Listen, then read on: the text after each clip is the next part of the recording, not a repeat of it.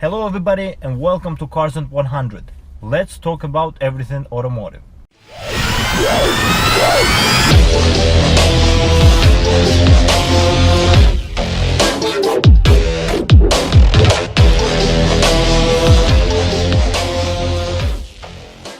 Today I wanted to discuss with you guys what is the future of a supercar and what is gonna be happening after all the competition clashes. So what we have, let's break down all the supercars right now that we have and basically what is going on between them. So the biggest supercar that has set the lap record recently on the Nürburgring is a Porsche Gt2 Rs. Now Porsche Gt2 Rs has been the benchmark for the supercars that are coming out right now, and I think that is basically what is happening with the Gt2 Rs is that it has to be knocked down out of the throne soon, because otherwise it's not gonna be an interesting game between supercars. What I mean by that is that the Mclaren Senna has to step up its game and finally give us a lap time that will absolutely, I believe so, and I am totally for it, that it's gonna beat the Gt2 Rs's lap time. Now this is a big deal because Porsche Gt2 Rs has beat its own 918 car, Porsche Spider 918 Spider. It has beat that lap record that was set by the Porsche 918 by the car that is Porsche's own Gt2 Rs. So that's totally different car. It's not a hypercar that goes into trifecta of hypercars, LaFerrari, McLaren P1 and 918. So what is happening right now? Now this not to be all everywhere at the same time, let's try to approach and understand why is this competition happening and why is it so relevant in our day and in our age to see all this all this competition between these supercars. Is the biggest reason is for them to be popular.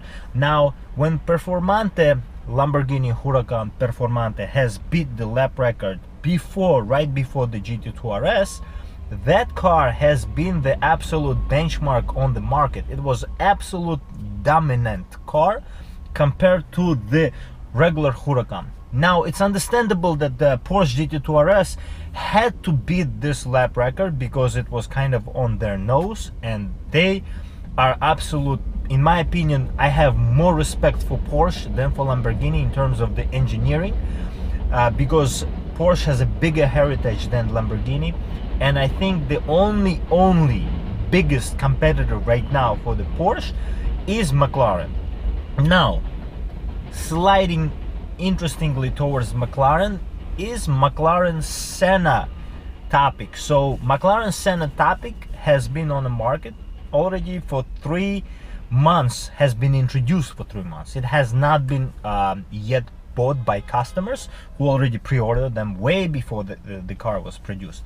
Car is very limited. Now car is absolute benchmark of performance. It's even better than McLaren's own P1.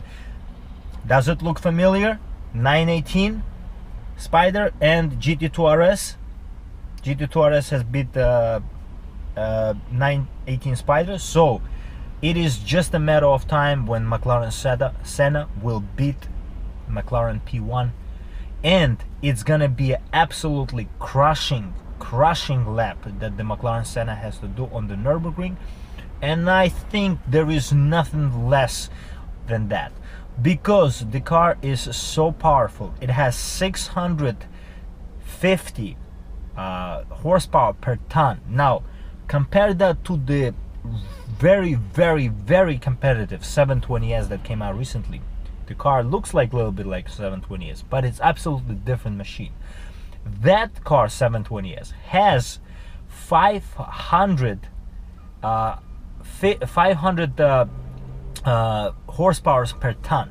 So compare that to the McLaren Senna, it has 150 more horsepower per ton than the 720S, which is already very capable car. Very powerful machine, 720S. And this car, which is absolutely insane to use on the street, and McLaren Senna takes it even notch higher. So huge respect from my side towards McLaren for doing such a thing. They have made a huge amount of weight reduction that was going into the McLaren Senna, and it's absolutely respectable for that machine to be a very dominant piece of kit on the track, and I don't expect anything less of that. Now, I want to also raise in this discussion why are these cars so technical, and why is it possible for them to be so light?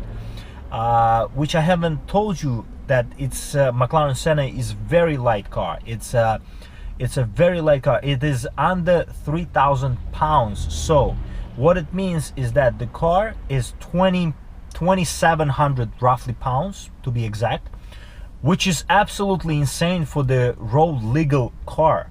Now, coming back to why these cars are so light is because these cars are absolutely packed with lightweight materials. Now, lightweight materials are totally accessible right now. Aluminium, titanium, carbon fiber. The biggest carbon fiber has been on the markets for so long now that carbon fiber is accessible to buy, to be bought by many manufacturers and tuners throughout the world, because it is not that expensive as it was, for example, 10 years ago. Now, that's a huge factor considering the lightweightness, lightweight factor of these supercars. Now, they're light because they're meant to be light at the same time, but they are meant to be also a very technically engineered cars, which lightness comes very nicely into that effect and gives the car even more technicality. So McLaren being 2,700 pounds roughly is absolutely technical benchmark, not just because it's light. It's not hard to do a light vehicle at this day and age, but it is hard to do lightweight vehicle, a supercar that is also very technical on the track and is very dominant, supposed to be very dominant. We don't know the lap time yet.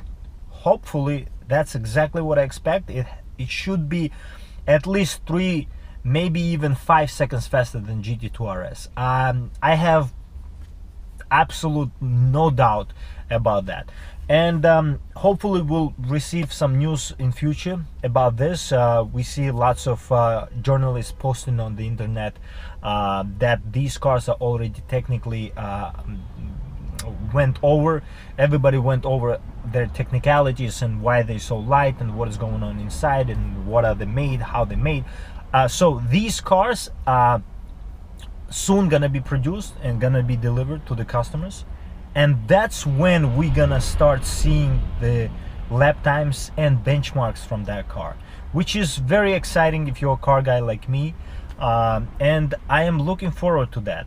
So just to recap a couple of things. So supercars, they competing between each other for the biggest reason is because how technically advanced they are, and reason they are technically advanced and they can be achieving such technical engineering achievements is because biggest thing is because they are light.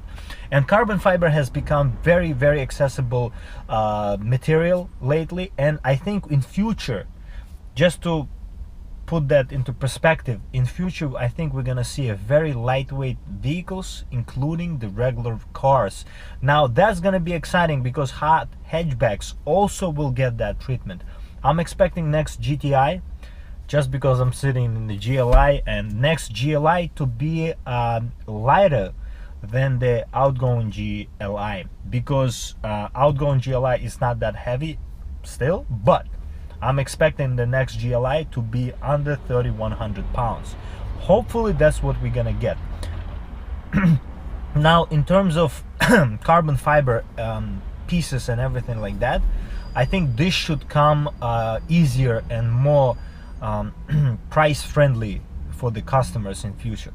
So that is something to look forward to as well. I hope you enjoyed this discussion today, and if you like this, give it a huge thumbs up, and that supports me, and that shows me that you like my videos. And also, guys, consider subscribing. Now, I don't want to be like those YouTubers, but I'm being very honest with you. That helps to grow my channel. So thank you very much for the support so far. This was Cars at 100. See you next time. Bye.